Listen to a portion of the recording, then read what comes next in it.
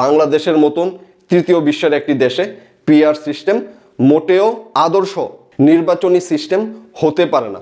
কারণ বাংলাদেশের মানুষের এখনও জনপ্রতিনিধির সাথে সরাসরি যোগাযোগ থাকার প্রয়োজনীয়তা আছে।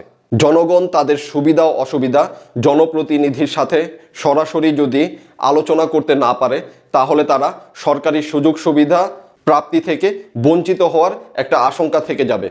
তাছাড়া বিভিন্ন ধরনের সহায়তা বা তদবির এই ধরনের ব্যাপারগুলো কিন্তু রয়েই যায়।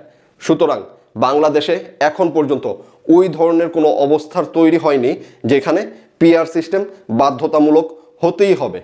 আমরা চাই বাংলাদেশের প্রতিটা সেক্টরে পরিবর্তন আসুক, কিন্তু সেই পরিবর্তনটা অবশ্যই সাধারণ জনগণকে কেন্দ্র করে আসতে হবে।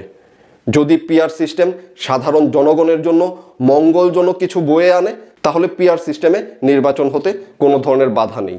এখন বাকিটা দেশের সর্বোচ্চ নীতি নির্ধারকরা নির্ধারণ করবেন।